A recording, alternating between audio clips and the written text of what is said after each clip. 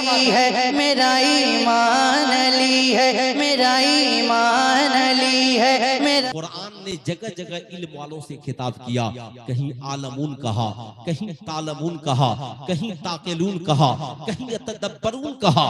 कुरान ने कहा इल्म वालों मेरी तरफ देखो, अक्ल वालों मेरी तरफ देखो, उलुल अलबाब ऐ अक्ल रखने वालों मेरी तरफ देखो। मैं आपसे पूछना चाहता हूँ ये अक्ल वाले कौन है? आप कहेंगे मौलाना इस वक्त दुनिया में सबसे बड़ा अक्ल वाला वो है जो इल्मे रियाजी में सबसे ज्यादा माहिर हो, यानी मैथ सबसे ज्यादा जानता हो। जाहिर सी बात है साहब ये अक्ल वाले लोग हैं जो इल्मे हिसाब के माहिर हैं, इल्मे गणित के माहिर हैं, इल्मे रियाजी के माहिर हैं। आप इन सारे अक्ल वालों को जमा कीजिए, ब्रिलियंट बच्चों को बुलाइए। यही वजह है कि आपको इंजीनियर बनना है, आपके लिए मैथ कंपलसरी है, डॉक्टर बनना है, मैथ कंपलसरी है। इतना ही नहीं, आपको मुफ्ती और काजी भी बनना है तो इल्मे मीरास के लिए मैथ कंपलसरी है। अगर आप नहीं जानते हैं तो आपको मुफ्ती बनने का हक क्या है, आपको काजी बनने का हक क्या है, याद रखिएगा। इसलिए खूब गौर से सुनिए साहब। लेकिन इन सारे ब्रिलियंट और अक्ल वाले बच्चों को जमा कीजिए और पूछिए मैथ की शुरुआत कहां से होती है।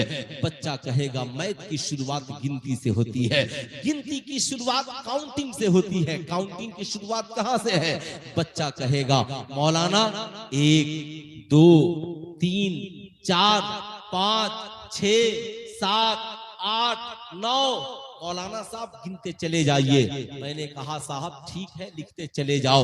बच्चे ने 1 से 100 तक लिखा, ठहर गया।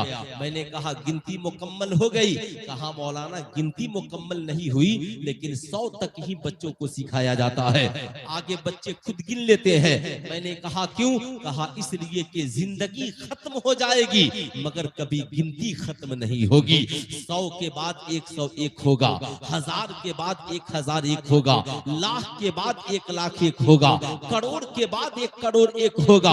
यानी कुरान ने भी कहा कि तुम खुदा की नेमतों को कभी शुमार नहीं कर सकते। वला तुहद्दु वला तुहसूहा, न तुम उसे हदूद में ला सकते हो न तुम उसे गिन सकते। ये खुदा की बनाई हुई शय है। मैंने कहा चलो गिनती की इंतहा तो नहीं मालूम, लेकिन जरा गिनती की इब्तिदा बता दो। बच्चे ने कहा मौलाना 9 था, 9 से पहले 8 था, 8 से पहले 7 था, 7 से पहले 6 था, 6 से पहले 5 4 3 2 था, 2 से पहले 1 था। मैंने कहा 1 से पहले? कहा 1 से पहले मौलाना 0 था, 1 से पहले कुछ नहीं, शून्य है। मैंने कहा फिर ये 1 कहां से बना? कहा 1 को किसी ने नहीं बनाया, ये 1 अपने आप बना है। मैंने कहा 2 को? कहा उसी 1 ने 2 को बनाया है। 3? कहा उसी 1 ने 3 को बनाया है। 4? कहा उसी 1 ने 4 को बनाया है। 5? कहा 5 से लेकर करोड़ों अरबों तक उसी 1 ने बनाया है। कहा अगर वो 1 न होता, कहा ये 1000 न होते, अगर वो 1 न होता ये लाख न होते, अगर वो 1 न होता ये करोड़ न होते।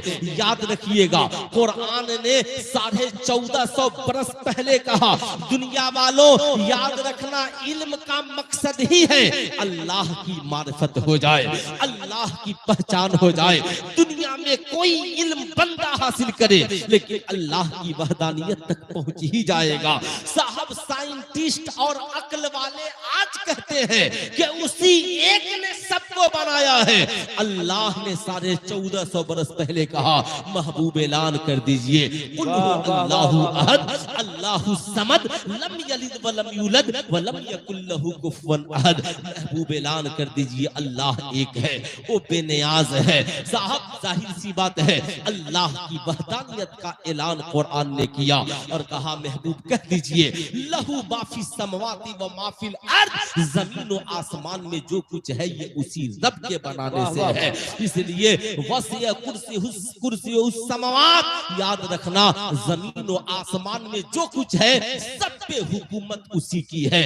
इसलिए याद रखना, ये जो कुछ बना है उसी अल्लाह के बनाने से है। इसलिए दुनिया में अब साहब ये गिनती मैथ या दुनिया में जितने साइंटिस्ट डॉक्टर हैं, इनकी जिंदगी की तालीमात की जब शुरुआत होती है तो ये हिंदी से और ये गिनती बता रहे हैं कि वही रब है जो एक है, और उसी एक ने साइंटिस्टों को बनाया है, उसी एक ने इंजीनियरों को बनाया है, उसी एक ने इन दुनिया में और जमीन और आसमान में उड़ने वालों को बनाया है। अगर वो एक न होता तो कायनात में किसी का वजूद न होता।